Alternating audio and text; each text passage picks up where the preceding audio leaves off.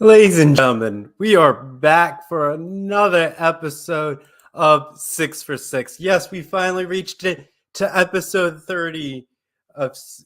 Oops, I gotta double check of closing out my other stuff. I had the YouTube open so I can share it on Twitter for tonight's broadcast. But we got a fun filled event for you. Like I said, it's episode 30, a milestone in this production. We've done a lot of show episodes for 6 for 6. And I probably at some point can count all the shows that'll be done. And I'm probably getting closer to the 100. No, probably not even close to 100 episodes, but I feel like we're probably 60s or maybe even close to 70s for 6 for 6 for total episodes that this show has been around for. I know we completed a 1 year back in June 8th, June 6th of this year. So we've done fairly well in today's show. But without further ado, let's get down to business. Got some, shows and records. So last week's episode, we went 3-3, another average performance. We'll get you 500 on this show. So whatever you think for your odds, we'll get you, 500 with your wins and losses for your bet to make sure you breaking even for picking winners, not covering the spread. But improves our overall record to 86, 72, and 2. So we're still on that quest for 100. We're getting closer to that cutoff point. We got a couple more weeks left. We got all of November and then basically 1 more week in December. And that will be it for 6 for 6. So probably 5 or 6 more episodes we got left before the season concludes. So hopefully we can crack 100. If we don't, I feel like I want to do 1 more episode to get us to that 100 threshold. But without further ado, like I said, we're going to cut off 6 for 6 season 2, December 7th, right after the college football conference championships. And then we're going to take some time off and then we'll be back in the new year. And obviously we're taking the week of Thanksgiving off as well. So without further ado, let's break it down to business. In the 6th slot, we got the World Series, ladies and gentlemen. Yes, the Phillies and the Astros are at it in the World Series again this year. Not at it again, but making it to the World Series. You can catch this game Friday, October 28th, 8:03 p.m. Eastern, 5:03 p.m. Pacific time on Fox. Ladies and gentlemen, the World Series has made it in to 6 for 6 finally. Yes, I have been avoiding MLB baseball for quite some time. Yes, we have talked about it in the past, but now the World Series is here. We got to throw it in the sixth position. As it progresses and how the series develops, it will rise up in the rankings or will stay in the lower half of 6 for 6. But I got to go with the Phillies. They've been on a hot streak. They took care of the Padres, who did good this year. Took care of, the Dodgers that had over 100 wins. And it's just like knocking on the doorstep, just knocking off the good teams. But the Astros took care of the Yankees this year. So it's basically 2 teams that have solid performances. But it's going to be hard because the Astros have a great home record this year. The Astros home record is 55-26, and the Phillies road record is under 500. So you're going to get a wishy-washy Phillies team on the road against the Astros. But it's game 1 of the World Series. Astros at home. I can see the Astros taking care of business and winning it, but I'm feeling like the Phillies got to steal game 1. Got to set the tone for the World Series. So the Phillies, I'm going to go with them stealing game 1 of this series. Next up, we got college football for the rest of the way, ladies and gentlemen. So we got Cincinnati, number 20 in the nation, versus UCF. College football Saturday, October 29th, 3:30 p.m. Eastern, 12:30 p.m. Pacific time on ESPN. Very interesting game between these 2 teams.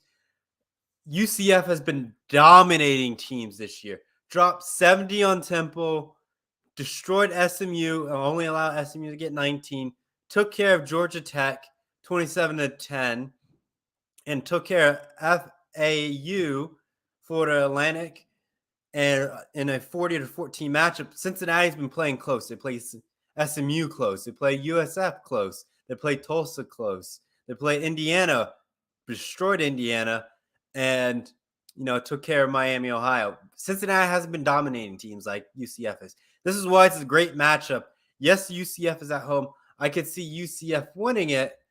ESPN has UCF winning it with a 60% chance of victory, but I think Cincinnati is trying to get back to the New Year's Six to prove to the committee and to the country and to the nation that reaching the college football playoffs, yes, it was great.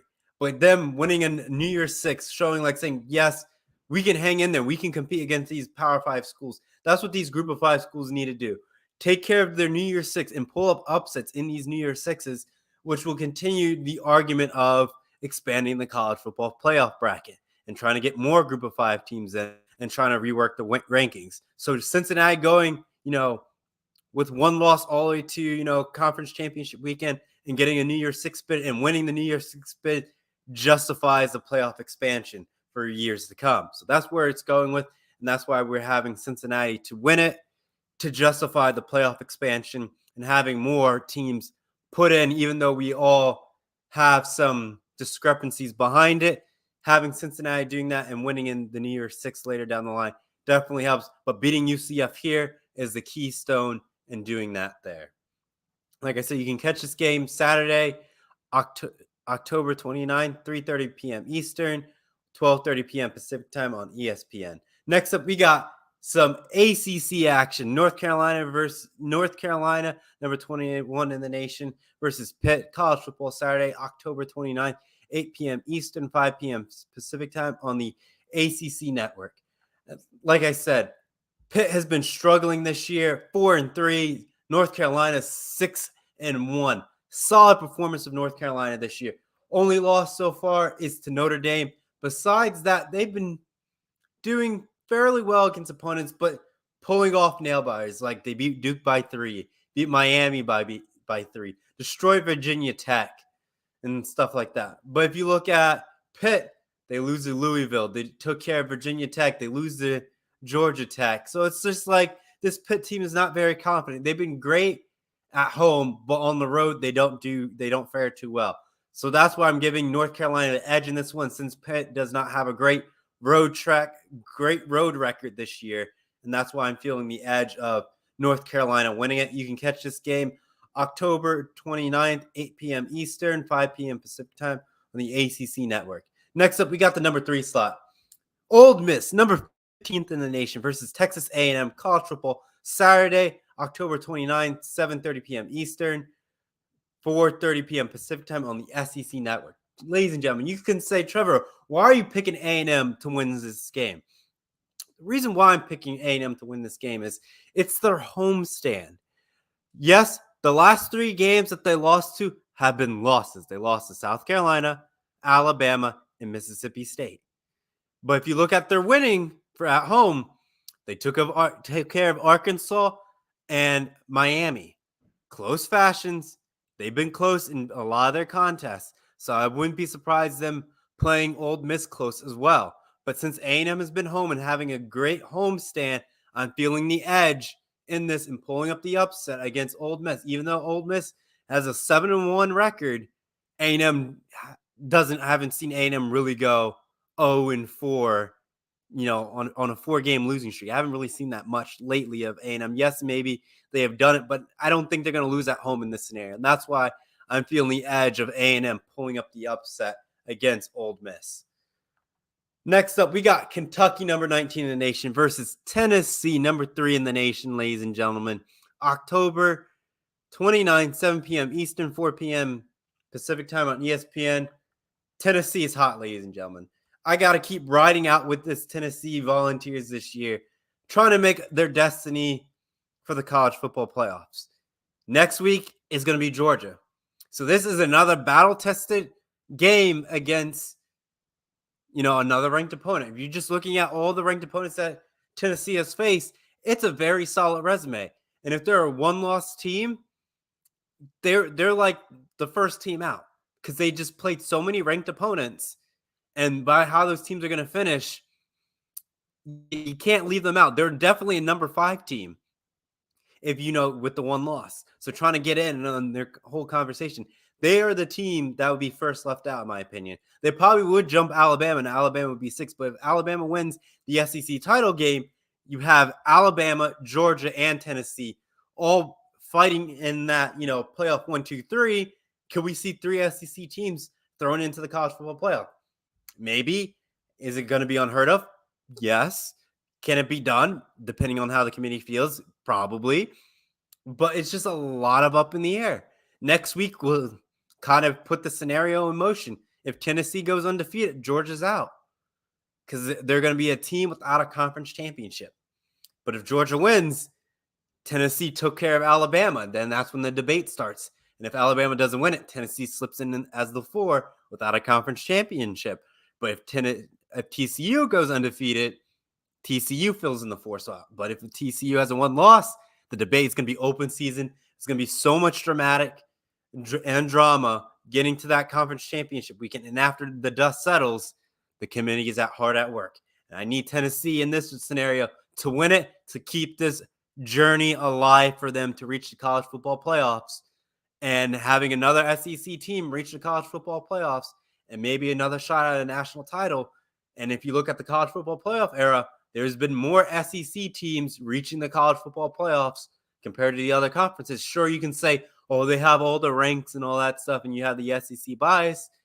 The strength of schedule is a factor.